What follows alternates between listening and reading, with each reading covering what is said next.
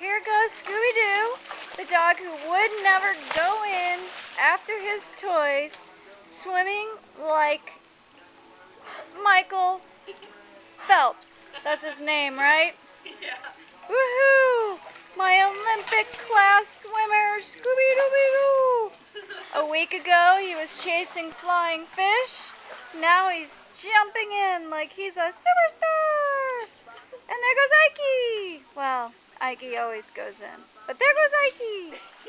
There goes Scooby-Doo another time! Woohoo!